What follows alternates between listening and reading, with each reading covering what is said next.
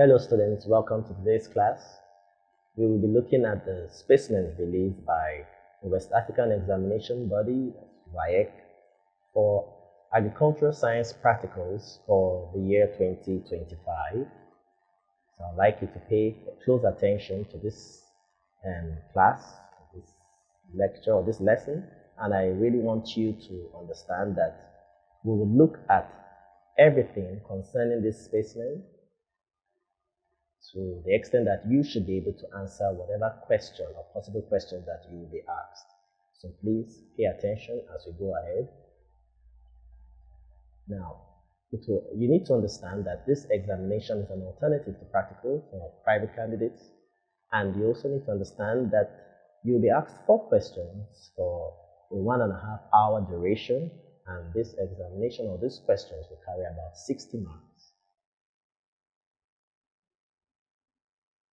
So let's take a look at the specimens. We have about 14 specimens that have been released.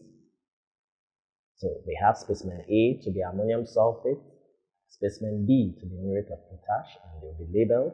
We have specimen C, cow dung. We have specimen D to be compost, which is also labeled.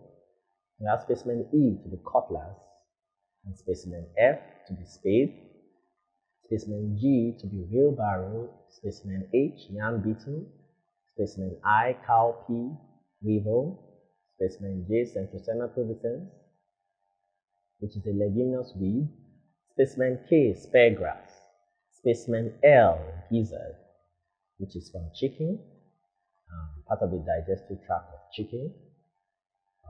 Then we have specimen M to be goat skin, which should be fresh with hairs intact. And finally, we have specimen N to be horn. So starting with ammonium sulfate, you can see how ammonium sulfate looks like. So ammonium sulfate is a nitrogenous fertilizer with a chemical formula. You can see the chemical formula. NH4SO4, NH4 Then it has 21% of nitrogen, please, and 24% of sulfur. So it has 21% nitrogen, which is high enough, and 24% of sulfur. Now, it's classified as an inorganic fertilizer or manure. It is a straight or single fertilizer because it just has, it's classified as a straight or single fertilizer. It's also a macronutrient, and that means it is needed by plants in large quantities. Now, you need to also know other examples of nitrogenous fertilizers. So I made you understand that ammonium sulfate is referred to as a nitrogenous fertilizer. But we have other examples of nitrogenous fertilizers like ammonium nitrate, it's in the chemical formula, which has about 32.5% of nitrogen. We also have urea, we have sodium nitrate, we have anhydrous ammonia, we have ammonia liquor, we have calcium ammonium nitrate, we also have diammonium phosphate. So these are other examples of nitrogenous fertilizers in case you're asked to mention some other examples of nitrogenous fertilizers. Now let's take a look at the function of nitrogen, which is the main ingredient found in ammonium sulfate, one of the main ingredients found in ammonium sulfate, okay, or the main nutrients found in ammonium sulfate. Now look at this. It promotes vigorous vegetative growth.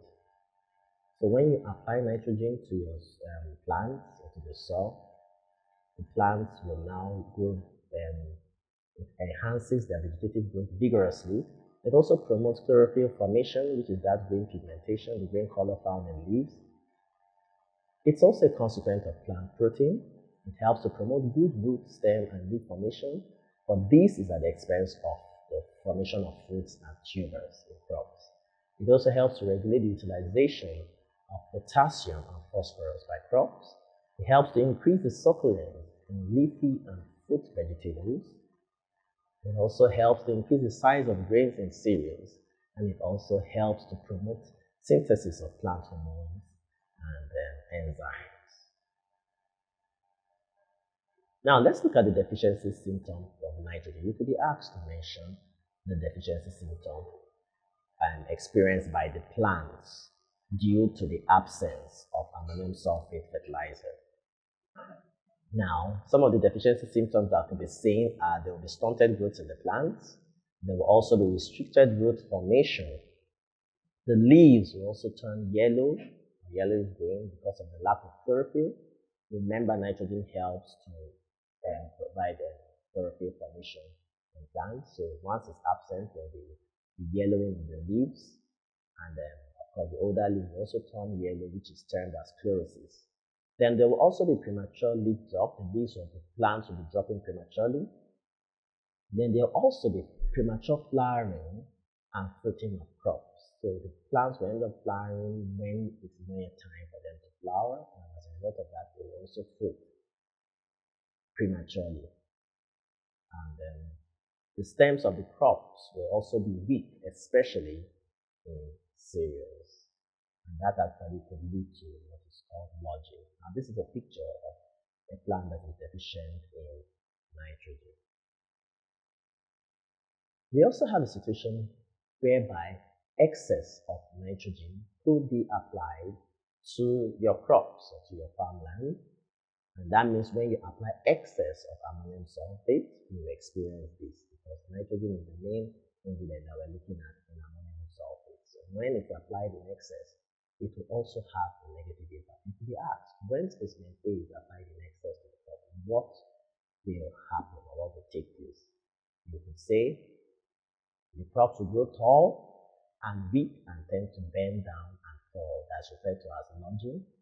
The fruiting and ripening of fruit will also be delayed when excess of nitrogen is applied. The maturity will also be delayed. There will also be excessive vegetative growth, and then excess of nitrogen can also enhance disease attack in grain. Now let's look at other sources of nitrogen. Yes, here you can see inorganic fertilizer. Of course, that's what we're actually discussing about. That's the ammonium sulfate, which is an inorganic fertilizer, as I stated earlier. But other sources of nitrogen could also be organic manure, which is gotten from the waste of our animals. Then we also have byproducts of the steel industry too, also sources of nitrogen. Now let's look at our next specimen, which is specimen B, which is muriate of potash. So we'll look at how muriate of potash looks. So when this specimen is provided, you should be able to identify it and know that this is although it's been labeled, but it's still good for you to know how it looks.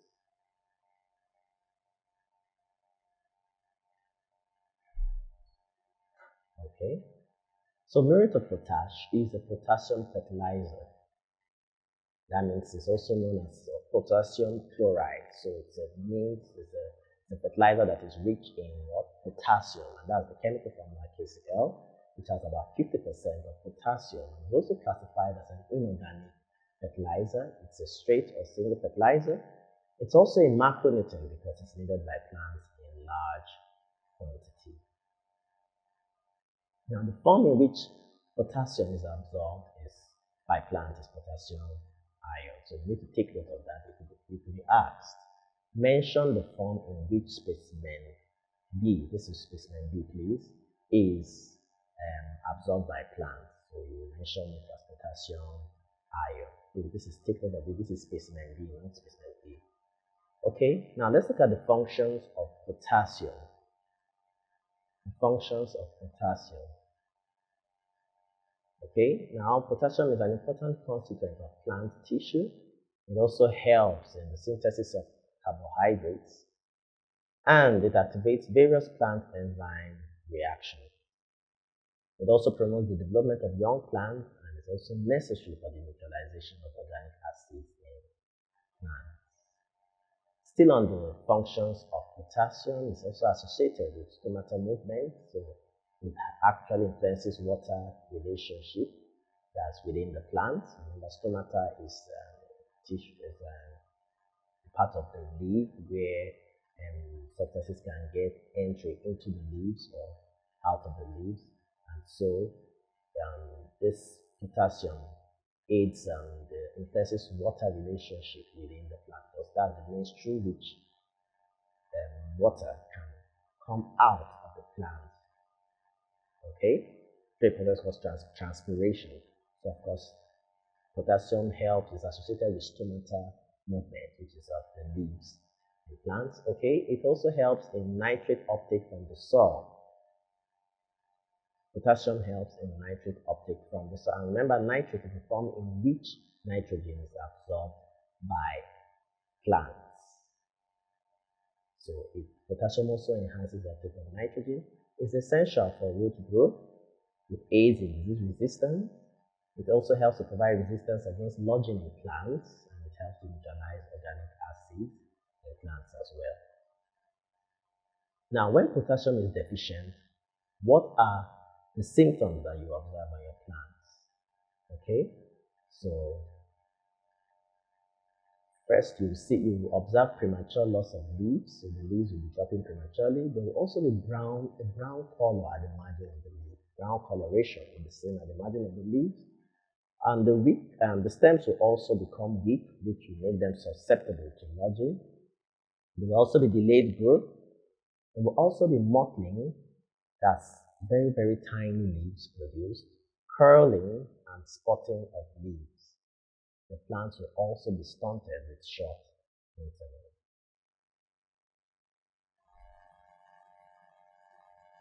Now see how a plant that is deficient in potassium looks like. Remember, I said browning at the margin of the leaf. You can see the browning at the margin of the leaf. Now, what are the sources of potassium? Let's take a look at that. You can get potassium from organic manure. You can also be gotten from inorganic fertilizers, as we're discussing now, as muriate of potash. It can be gotten from wood ash. It can also be gotten from oil palm bunch. Okay. Then it can also be gotten from rock minerals such as potassium feldspar, mica, glauconite, and potassium chloride. Now, what are the ways in which nitrogen and potassium can get lost? Or we can also say what are the factors that affect the availability of nitrogen and potassium nutrients. There are certain factors that can lead to the loss of potassium from our soil, and also nitrogen as well from the soil. So we're going to look at this. You could be asked, so let's just take a look at them. Soil pH. Yes, these are means through which these nutrients can be lost. So when the soil pH is low, that means the soil will be acidic, and this can also reduce the activities of living organisms. And remember, potassium and nitrogen can also be, especially nitrogen, through the activities of organisms found in the soil.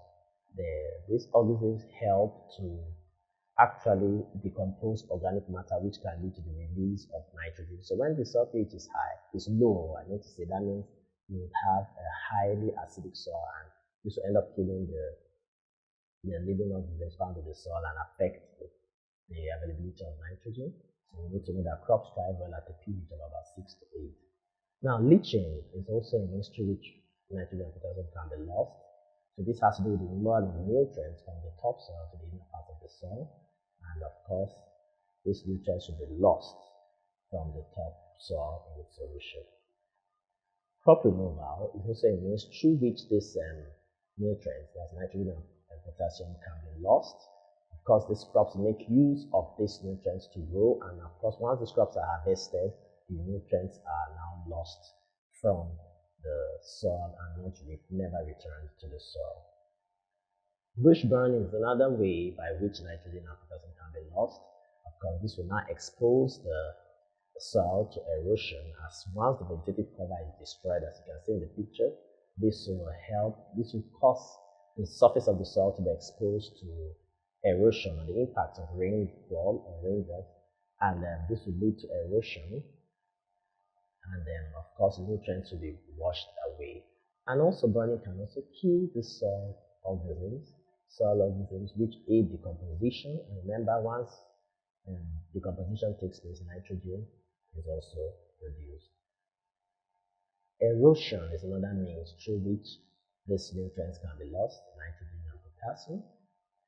And of course, erosion can cause heavy rainfall, can cause the washing away of our topsoil, which is termed as erosion, same as wind So these are the means. Wind erosion also can be a means through which topsoil is lost. So these are the ways by which these elements or nutrients can be lost from our soil. The concentration of other nutrients is also a means by which this nitrogen and potassium can be lost. For example, they said the concentration of nitrogen and phosphorus in the soil can lead to the non-availability of potassium. So when there's excess nitrogen in the soil and also phosphorus in the soil, potassium will no longer be available, and this can cause retarded growth, low yield, and even the death of plants. Oxidation and reduction of organic material can also be a means through which nitrogen and potassium are lost from our soil. Okay. Soil texture is also a means through which nitrogen and potassium can be lost from our soil. So when you have a fine texture of soil that has a fine texture, it will enable nutrients to be available. But when the soil texture is coarse, it will encourage the leaching of nutrients, which has to do with the washing down of nutrients beyond the reach of the roots of plants. So the texture can also lead to the loss of these nutrients, which are nitrogen and potassium. Denitrification is also another means by which nitrogen and potassium can be lost, especially nitrogen, is a means by which nitrogen can be lost. Now we have certain bacteria that are found in the soil, okay, and then this bacteria can also actually cause the nitrogen that's found in the soil as a result of decomposition of organic matter.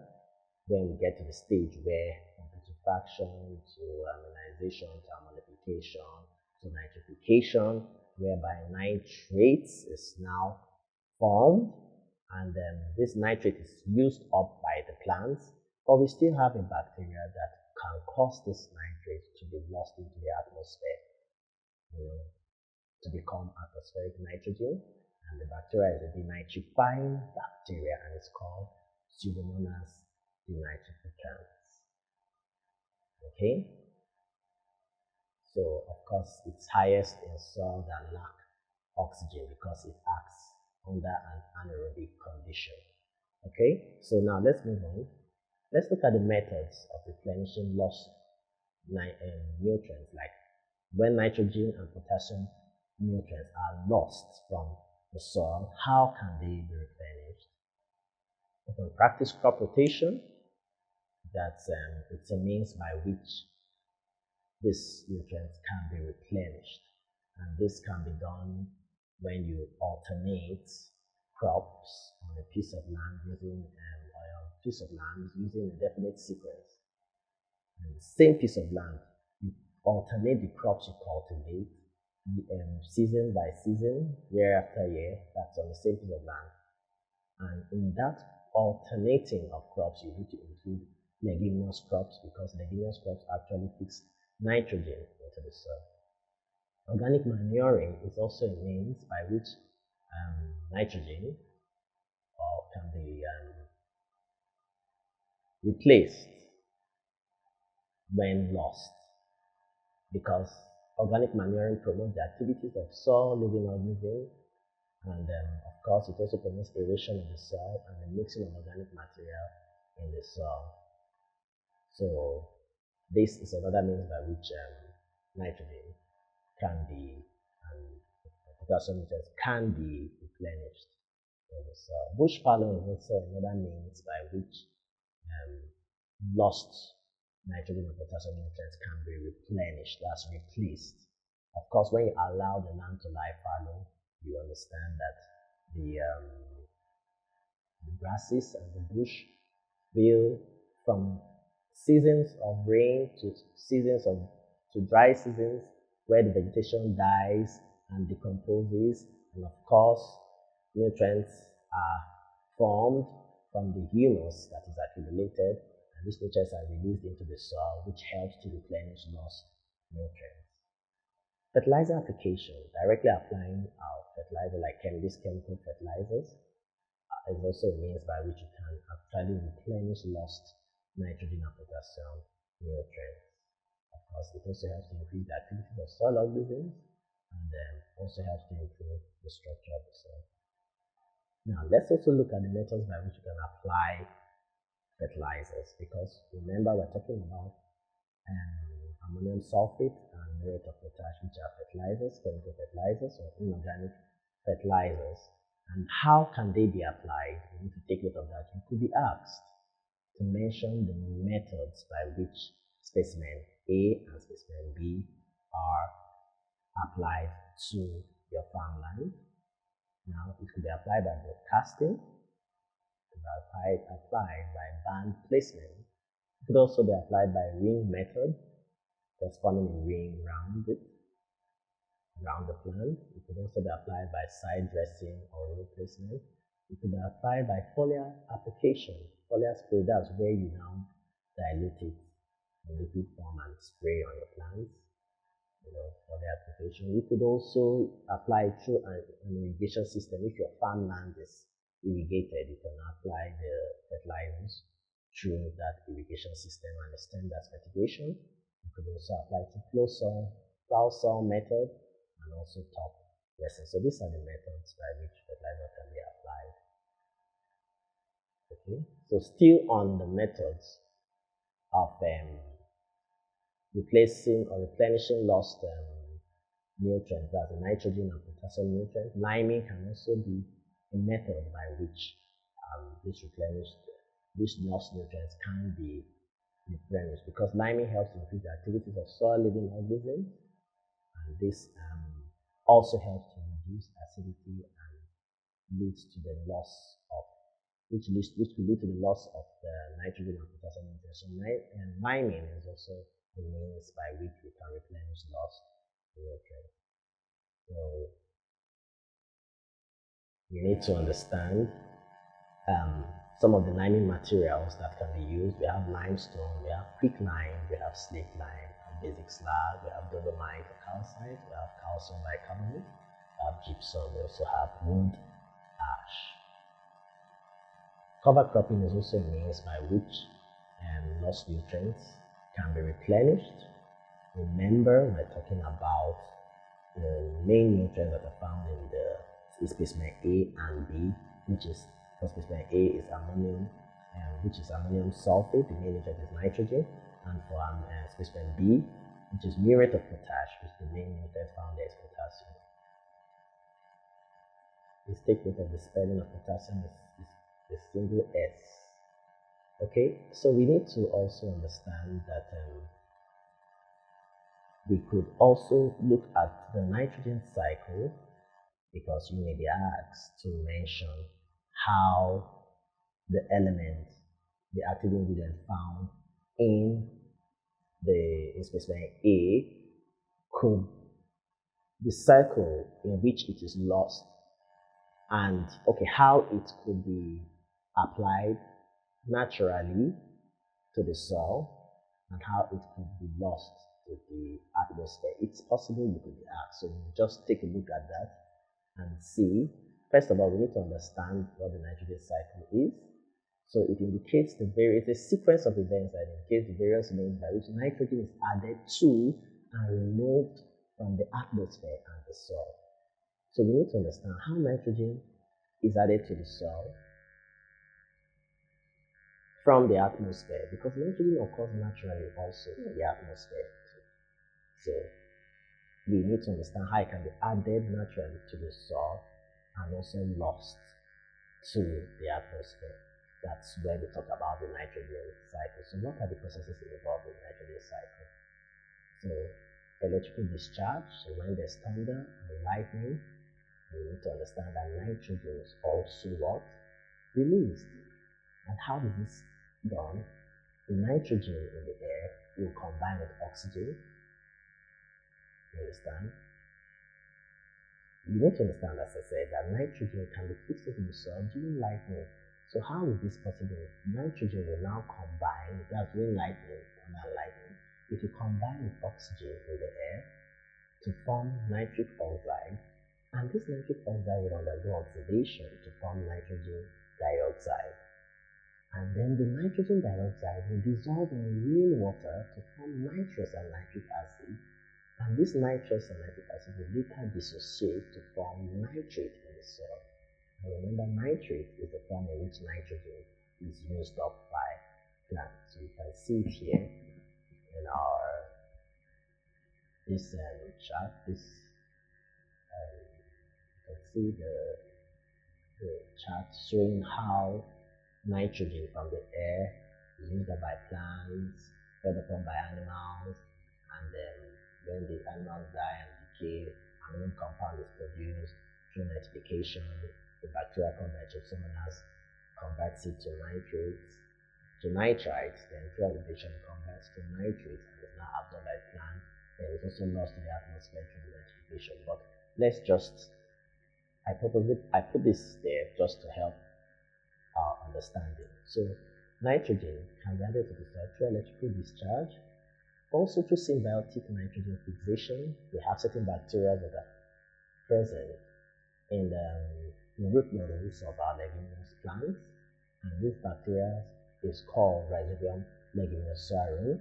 They live in root nodules of our leguminous plants, and what do? They help to convert atmospheric nitrogen directly to be used by our plants. Okay? So they convert atmospheric nitrogen from the atmosphere, and this will now convert it to be in a form that will be used by the plant, which is nitrates. Okay, we also have non-symbiotic nitrogen fixation, and it's carried out by two bacteria which are called Azotobacter and Clostridium that live freely in the soil. This also helps to fix atmospheric nitrogen into the soil to be used by the plants. Another way by which nitrogen can be added to the soil naturally is by the application of organic manure, or still on the nitrogen cycle. One of the ways by which nitrogen can be added to the soil is through the application of organic manure or decomposition of organic matter. Now we have, remember we said we have electrical discharge, we have symbiotic nitrogen fixation, we have non-symbiotic nitrogen fixation. We also have the application of organic manure and the decomposition of organic manure. So these are the ways in which nitrogen can be added to the soil naturally by nature. Now, talking about the application of organic manure or the composition of organic matter, we have four processes involved here. We have putrefaction, we have aminization, we have ammonification, and we have nitrification. Now, when plants and animals decay, die, and they decay, or when they excrete their feces, putrefaction takes place. And after that, aminization, and after that, ammonification, and we have nitrification. Now, let's just take a look at this so that we understand better. So, when plants and animals decay, or their remains, they excrete, or they produce feces, and then this decomposition takes place. Certain simple nitrogenous compounds are produced, and that's called putrefaction. And these simple nitrogenous compounds are converted to amino compounds and amines, and the process is called aminization. And now, these amino compounds and amines are further converted into ammonium compounds, and the process is called ammonification. Next, these ammonium compounds are converted to nitrites, and then that process is actually achieved through two bacteria. Here we have Nitrosomonas and we have Nitrobacter. So looking at the chart, I said when animals die and decay, or when they excrete their feces, they release simple nitrogenous compound, which is putrefaction. So from this stage to this stage, putrefaction takes place, and that nitrogenous compound is also converted into simple amino compounds and amines, which is termed aminization. Still also takes place from this point to this point, and after that, the simple amino compounds and amines are also further converted to ammonium compounds, and the process is called ammonification, and you can see ammonium compound is indicated here. Now from this point, these ammonium compounds are also converted into nitrites and finally nitrates. Now the conversion process is called nitrification, and at this point, two bacteria are involved. We have Nitrogenous, which converts the ammonium compound to nitrites, and we also have Nitrobacter, which through oxidation converts the nitrites to nitrates, which is the form in which plants use up nitrogen. So this is just the fourth stage involved in the cycle. So we have electrical discharge, we have symbiotic nitrification, we have non-symbiotic nitrification, and we have the composition of organic matter. Okay?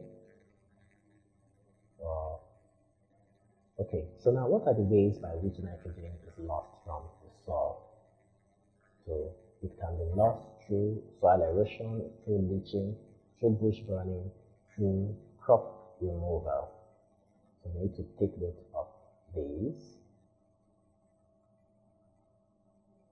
Now, why is the nitrogen cycle important? It's because it helps to regulate the amount of nitrogen in the soil and in air, and it also is a process that involves soil organisms which add visible amount of nitrogen to the soil. Okay. So let's take a look at the characteristics of ammonium sulfate and muriate of potash. Remember, specimen A is ammonium sulfate and specimen B is muriate of potash, and these are chemical fertilizers, and they have certain characteristics which you could be asked to mention the characteristics of specimen A and specimen B. Now let's take a look at the characteristics. They are granular in structure, they have a pungent smell, they contain only one mineral or nutrient or element, the concentration of the nutrient is high. Okay, the nutrient is also fixed in definite proportion, they are not bulky in nature, they could easily be leached so they do not last long in the soil, they do not reduce soil erosion, and the nutrients are readily available, and they are also hygroscopic, that means they absorb moisture from the air. Now let's look at the precautions when applying. You need to observe when applying ammonium sulfate and muriate of potash, because you could be asked, what are the precautions you need to observe when applying specimen A and specimen B? Now let's take a look at the precautions. You should not allow direct contact with the plant. So when applying these fertilizers do not allow them to touch the plant directly. Remember, we've talked about the means of applying, the method of applying fertilizers previously. Okay, do not apply when the soil is very dry.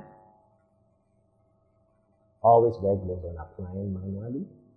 Then you should wash your hands immediately after application. Do not apply to alkaline soil. Do not eat, drink, or smoke when applying fertilizers. Remove all ornamentals from your body and do a soil test to know the exact deficient nutrients before you apply these fertilizers. Okay, now let's look at specimen C, which is cow dung. Now, we'll start by looking at the importance of cow dung, which is specimen E. Because whenever you're answering a question, you have to answer this. So the importance of specimen E in bracket cow dung is as follows. It's important for you to write it out in this manner. Whatever you're asked, you mention the specimen and the name of the specimen in bracket, then you provide your answers. The importance now is that it is produced by cattle. It adds nutrients to the soil. It helps to improve the soil structure and also improve the activities of soil microorganisms or microbes. It also helps to improve the water holding capacity, that's the ability of the soil to hold water.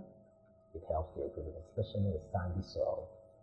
Then it also helps to prevent rapid changes in temperature. So it helps to stabilize the temperature of the soil, and it also has a different effect on soil pH. So it helps to stabilize soil pH as well, and it also helps to improve aeration when it decomposes.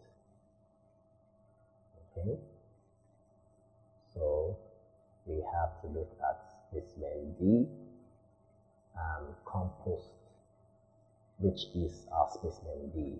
So it's a picture of how compost looks like. Okay, now this is a type of manure formed as a result of the rotting down of plants and animal remains in heaps or pits before the residue is applied to the soil. So that's what compost manure is. It has to do with the remains or the residue of plants and animals that will undergo rotting or decomposition before the residue is now applied to the soil. Now, there are two methods of preparing compost manure. You could be asked, what are the methods of preparing specimen D? We have the stack method, we have the pit method. Now, the stack method is usually practiced or suitable for areas where the rainfall is high, like in the south region. You can see the picture of how the stack method looks like. Then we have the pit method, which is suitable where in areas where the rainfall is low, like the savanna areas. Now, we're going to elaborate on the pit method. So this picture shows you the pit method. Now, how does the pit method take place? So you could be asked to describe it. So you can briefly just talk about this. The size of the pit, you dig to the size that will depend on the compost you want to obtain, the quantity of compost you need, and then the dimension anticipated to be 180 centimeters by 150 centimeters by 60 centimeters. Then the materials required, you need 3 pits, that's pit A, pit B, pit C. And you also need grasses and legumes, and this will be the compost.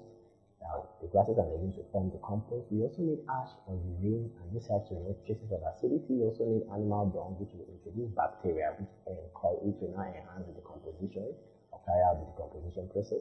Then also little water should be added because these microbes will need water for their survival, and so these will help in the decomposition process. Now, what is the procedure?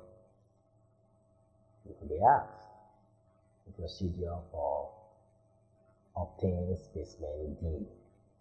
Okay, now you could say in pit A, the layer of grass and legume is put at the bottom, then a layer of animal dung is added, then you now add ash, you sprinkle a little water to make it moist but not wet, you understand, and then you repeat the process by adding layers in this manner until the pit is filled up.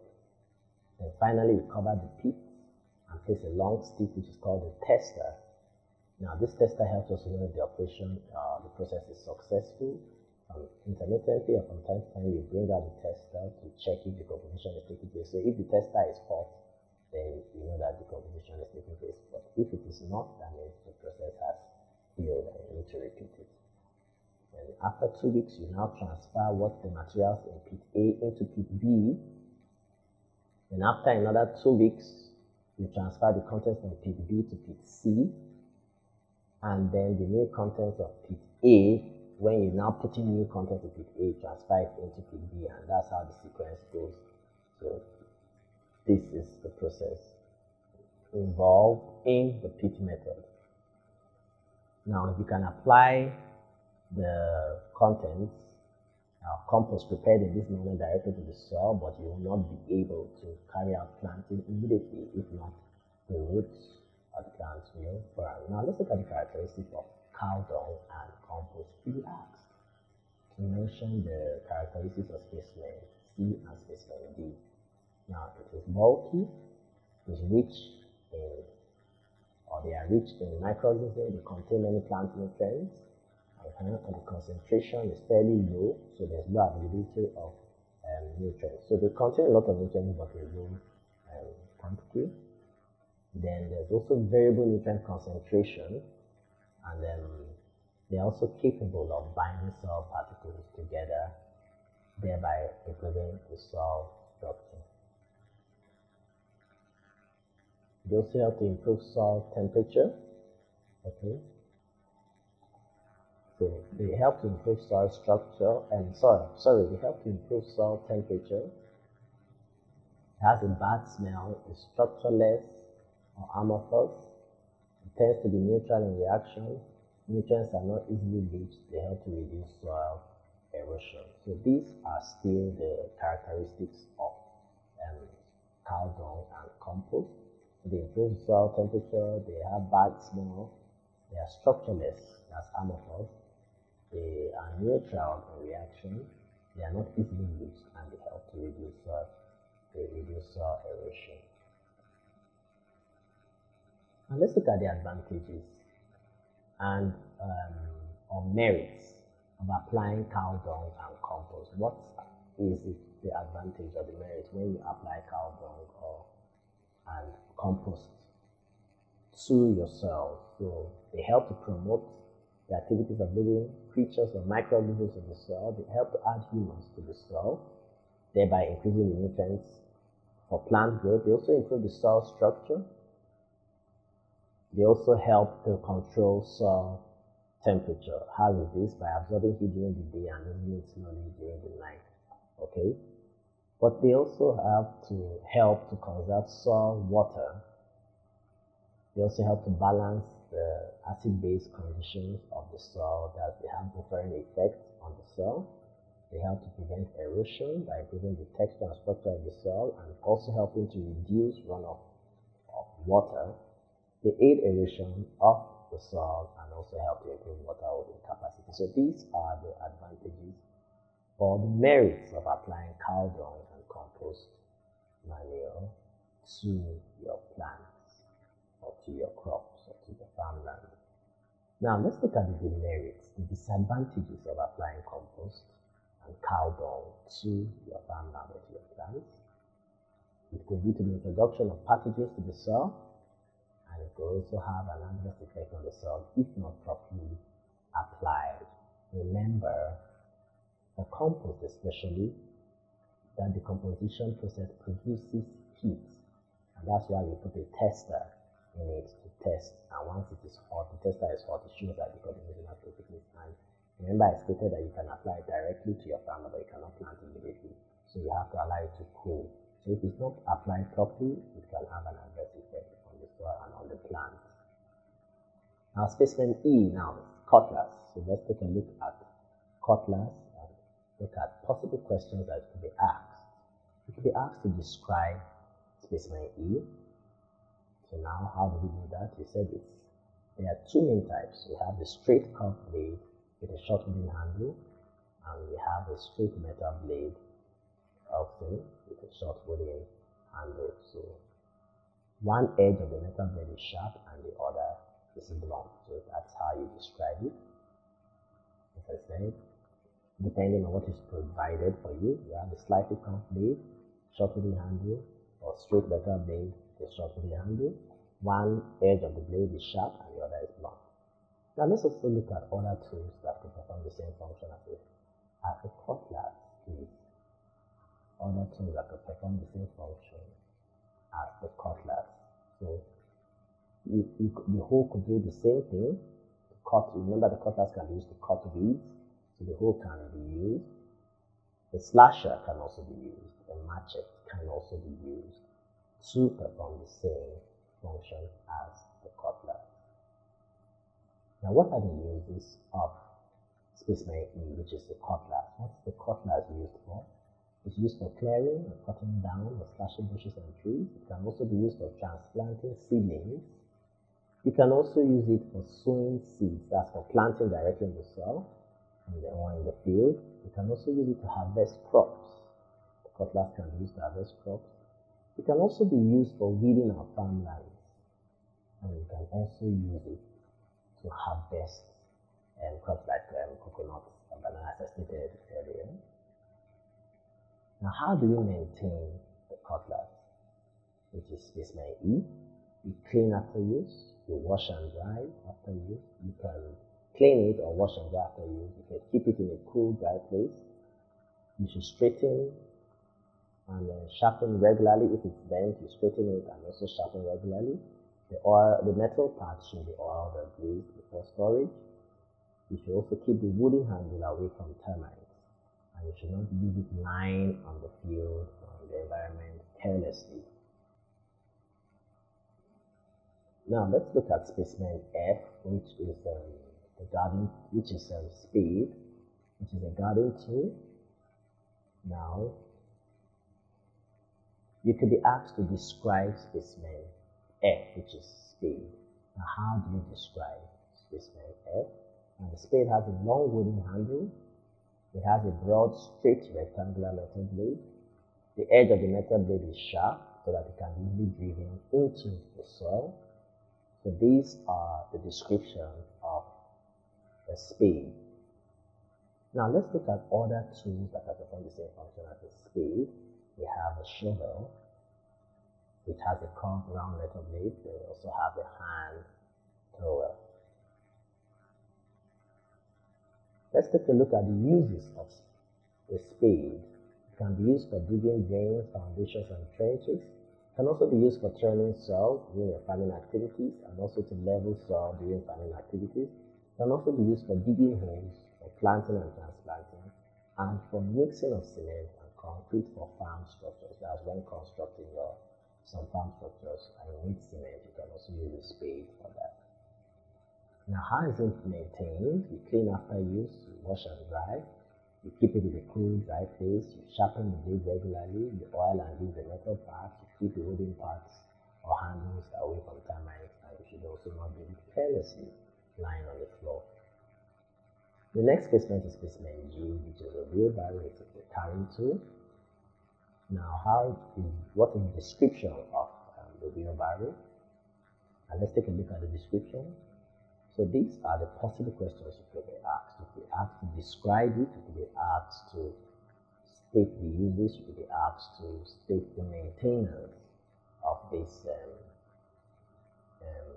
specimen, and you could also be asked other tools that could perform the same function of this specimen. So let's go back to talking about the description. Now it's a large metal or wooden, it's a large metal or wooden container, has one wheel in front, has two handles at the rear, has two legs which support the container, has a broad straight rectangular blade, metal blade. It has two legs which support the container. Then it is pushed by the rear end slightly so that the main weight is taken off by the front wheel. This point is not included. So it is pushed, that has a broad straight rectangle, the place is not included. So it is pushed by raising the rear end slightly so that the main weight is taken up by the front wheel. So please, these are the points stated. I'll just take a recap on it. Again, it is a large metal or wooden container. It has one wheel in front. It has two handles at the rear. It has two legs which support the container. Then the fifth point now is it is pushed by raising the rear end slightly so that the main weight is taken up by the front wheel. So these are the 5 points you're expected to state here. Now let's look at other tools that can perform the same function as a wheelbarrow. We have the head pan, the bucket, the basket, the tractor mounted container, and containers driven by work animals. So these are the other tools that can perform the same function as a wheelbarrow. Now, what is the use of the wheelbarrow? It can be used for carrying farming goods such as fertilizers, seeds, and seedlings, and also for carrying farm outputs like harvested crops and slaughtered animals, and also for carrying loads of materials to the market. Now, how is it maintained? You clean after use, you wash and dry after use, you replace worn-out parts, paint if necessary, store in a cool, dry place, tighten bolts and nuts on the wheels properly. Let's also look at general maintenance of simple farm tools, because you could be told what are the general maintenance ways to maintain. That's the following specimens. Remember, we talked about the cutlass, we talked about the spade, and we talked about the wheelbarrow. So they could group them together and ask you what are the general maintenance of those specimens. So generally, we need to understand that tools should be washed and dried after use. You store in a cool, dry place. Then we apply grease to the metal parts and joints regularly. You use the right tool for the right job always. Use skillfully according to instructions. Its effects after use. Keep wooden handles away from termites. Tools with cutting edge should be sharpened regularly or when blunt. So that's for that. So now let's look at specimen 8, which is yam beetle. So this is a picture of how the yam beetle looks. And here we're going to describe the yam beetle. Now it has a long pointed mouth that chops out tissues like yam and to make large holes. And then the botanical name is Heterologous spp because we have 2 species. So the botanical name is Heterologous spp. The kingdom is Animalia. The phylum is Arthropoda. The class is Insecta. The order is Coleoptera. The family is Scarabaeidae. Then the genus is Heterologous. So the family is Scarabaeidae. The genus is Heterologous. Then we'll talk about the species now. There are 2 main species in Africa. We have the greater yam beetle and the lesser yam beetle. The greater yam beetle is called Heterologous melis, while the lesser yam beetle is Heterologous apios. Please. The rules for botanical name is the first, for the generic name, which is this Heterologous, the first letter here should be capital letter, then all the letters should be small letters. Then for the specific name, all letters should be small letters, please. Same as here. So this A should be small letter A, please. So we have Heterologous apios. So the H should be capital, then all the letters small letters. Then for the specific name, this A should be small letter, please, and all the letters here, all of the letters in the specific name should be small letters. So see the sizes of the greater yam beetle, 23 to 33 meters long, while the lesser yam beetle is 21 to 33 meters long. And the larvae are usually creamy white to grey grubs with a curled body and slightly brown head. Now, what's the life cycle of a beetle? It undergoes complete metamorphosis, so from the egg stage to the egg, larva, pupa, and adult. That's 4 stages involved. That's complete metamorphosis. Now, we need to also know that during these stages, it experiences a phenomenon known as diapause, and this is a period of dormancy which allows them to survive unfavorable conditions. Now, they lay eggs in soils close to river banks, which hatch to produce creamy white to grey larvae, which feed on the grass and other organic matter. Now, we also need to know the duration, that's the life cycle, from egg to adult. It takes about 22 to 24 weeks, and they said the emergence coincides with the beginning of the rainy season and the planting of yam. So that's how they emerge. Okay, so take note of that. Now the crop attack is yam, of course, and the nature of damage that it bores holes into yam tubers, causes secondary disease infections, and also causes tuber rot. Because you could be asked the nature of damage of specimen H. You could be asked the crop attack, which is yam. You could be asked the nature of damage, as I stated earlier, which is it bores holes, as you can see the holes into yam tubers. It could also lead to secondary disease infection and also cause tuber rot. Now, how is it economically important? You could be asked to mention the economic importance of specimen H. Yam beetle. Now, it causes reduction in yield. It also causes reduction in quality and market value.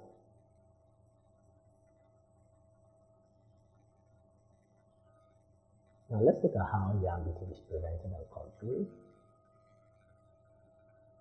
Planting late in the season is one of the ways to prevent and control it. Dusting your yam set with algae dust before planting. You could also sprinkle wood ash as powder on your yam prior to planting. Then avoid planting yam near wet areas along river banks, creeks, or tributaries. Now, specimen I, which is Cowpea, weevil. This is how it looks. The botanical name is Calosobruchus maculatus. Now let's look at the classification. It belongs to Phylum Animalia, phylum Arthropoda, class Insecta, order Coleoptera, family Chrysomelidae, subfamily Buccinae, genus Calosibuchus, and the species Maculatus. Now look at the life cycle. Taking a look at the life cycle, it has a short lifespan of about 6 to 8 days after emergence, and of course, mating takes place after emergence, and the female will lay the eggs before she dies, and these eggs are attached to the surface of seeds, and the larva bore directly into the seed. So when she lays her eggs on the surface of the grains or seeds, the larva will now bore into the seeds where the seed are prepared. So it's actually the larva that bores into the seeds and not the adults. The adults do not foray feed so much, they feed lightly. What actually causes damage to seeds is the larva which bores, and based on this, the mouth part for cowpea weevil lacks a rostrum. So the mouth part of the cowpea weevil is actually biting and chewing insects. It's the larva that bores. Okay, so now adult beetles emerge through the circular holes that are created by the larva from about 22 to 28 days after the eggs have been laid. Now 3 to 4 beetles could emerge from a single seed. Now it's classified based on the feeding habit as biting and chewing insect pests. Now the seeds or the part of the crop that is damaged are the seeds. So let's look at the ways in which specimen I, which is cowpea weevil, is economically important. Now it destroys the viability of seeds. That means it destroys the ability of seeds to germinate. You could also say it destroys the cotyledon. So you could say it destroys the viability of seeds, or it destroys the cotyledon. It reduces the market value of crops, or you could say it reduces the quality of crops. Now because of their feeding habit, they end up reducing these grains to powder. Then it increases the farmer's cost of production because the farmer needs to control this insect pest, and he spends on chemicals to control this insect pest, and that could increase the cost of production. It also reduces the quantity of stored produce because these seeds are actually reduced to powder. So for reducing the market value, this is obtainable because of the boring of the holes in the seeds, which makes the seeds unattractive. While for reducing the quantity of stored produce has to do with the reducing of these seeds to powder because of their feeding activities.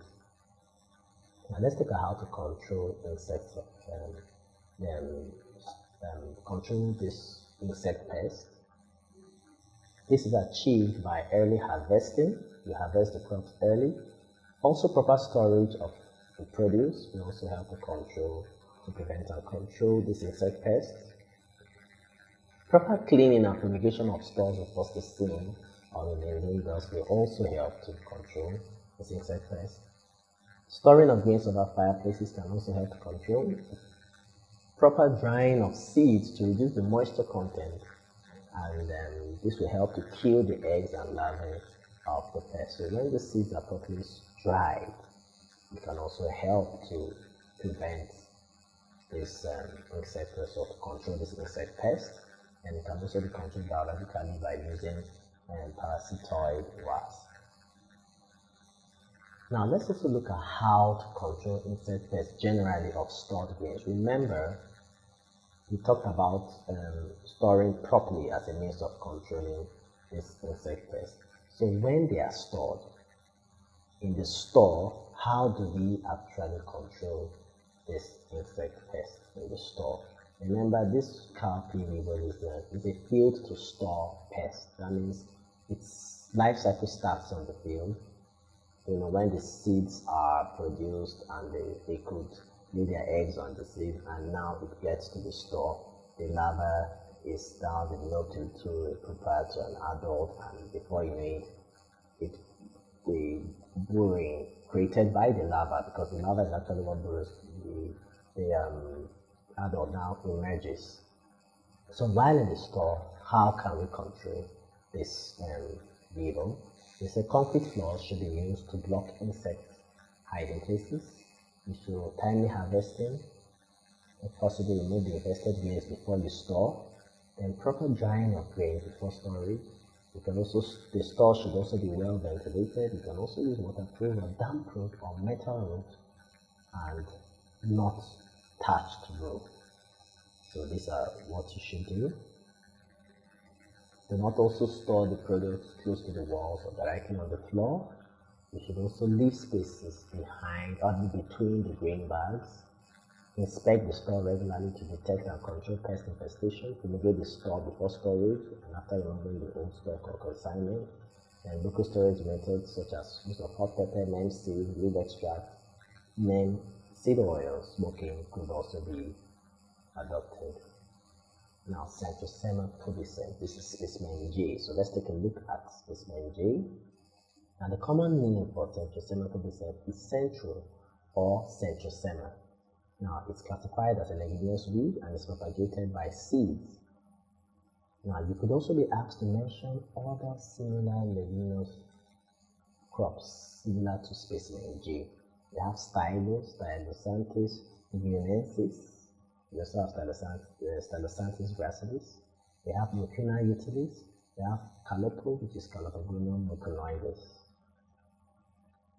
Now let's take a look at the characteristics of Centrosema pubescens. Now it's a vigorous and aggressive green legume. It's creeping and twining. Has trifoliate leaves that is attached to the stem by provenance. It's a leafy perennial and shade tolerant, and it can do well in shaded environment. It's drought resistant, and when there's no water, it can survive. Highly modulated, and contains a lot of bacteria in the nodules. Highly palatable and very nutritious. Specimen K, speargrass. This is how speargrass looks. So let's look at the botanical name of speargrass. It's called Heteropogon contortus. Now remember, I stated that whenever you're writing the botanical name, the first name here is the generic name, while the second name is the specific name.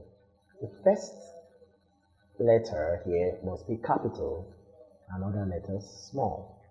The specific name, all the letters are small, and you must underline it separately. Do not use just a single line to underline both words.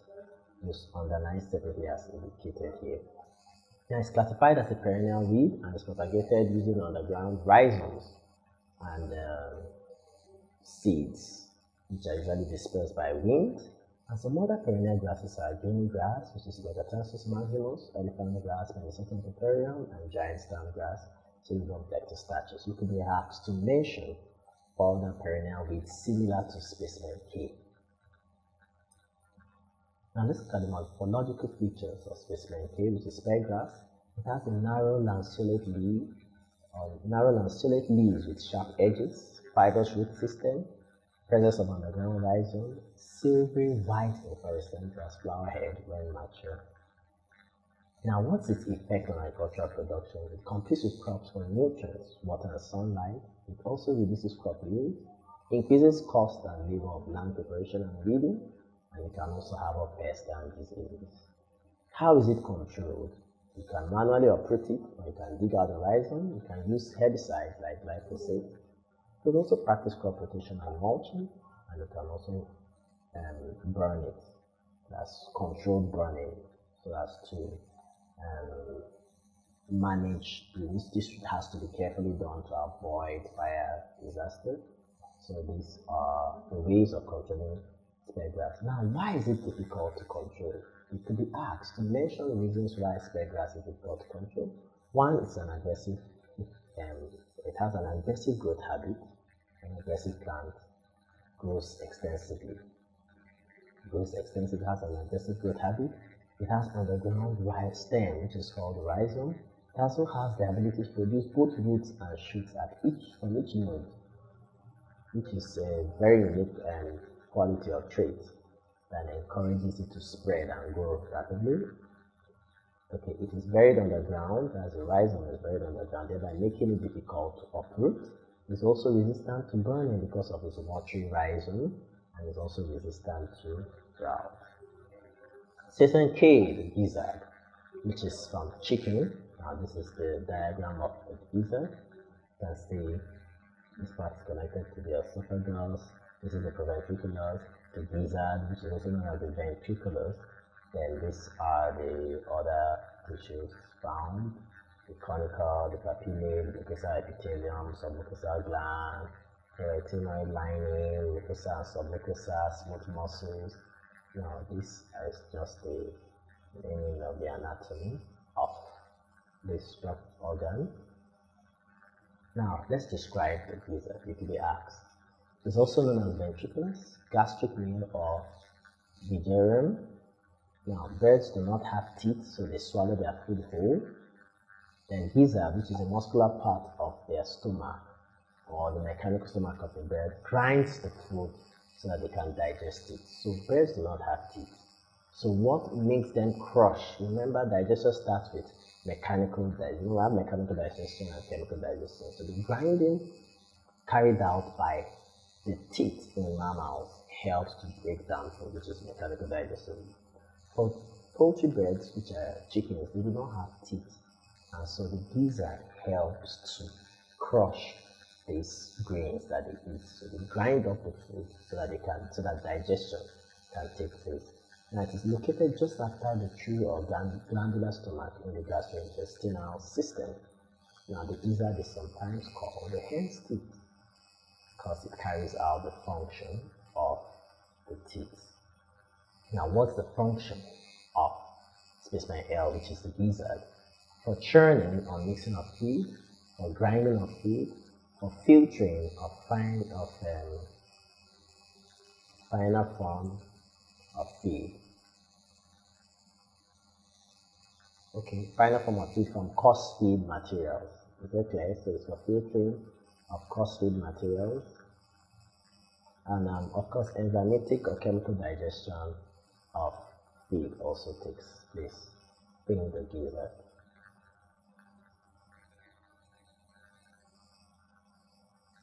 Okay, now what is the feature of the gizzard which enables it to perform its function? Now it has a thick or tough muscular walls which enables mixing of the feed. There's also the presence of grits or stones. As you can see, these are grits or stones, which are also called gastroliths or pebbles, which aids grinding.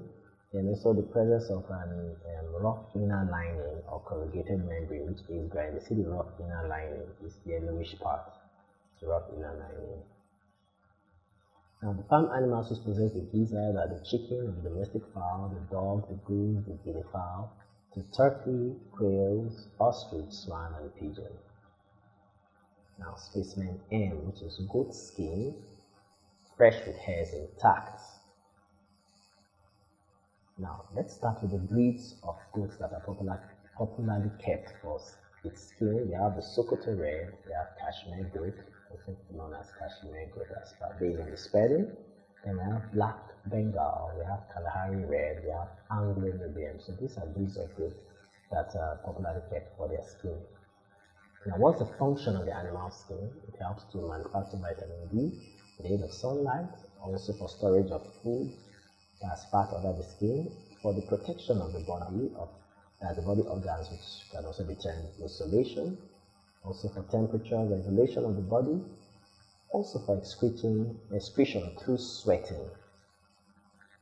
Also helps the animal to respond to environmental stimulus, and also for milk secretion through the mammary gland. So these are the functions of the animal skin, which is you could be asked to mention maybe 2 or 3, but just try and learn as many as you can. Functions of the animal skin. You could be also asked, or you could also be asked, the process or the methods or process involved in preparing specimen A, that's animal skin. Remember, animal skin, hide and skin is the mainstream. If we get leather for making our clothing, bags, shoes, belts, and so on, jackets, so on and so forth. So how is this leather gotten? The procedure or the processes involved is what we're going to look at here.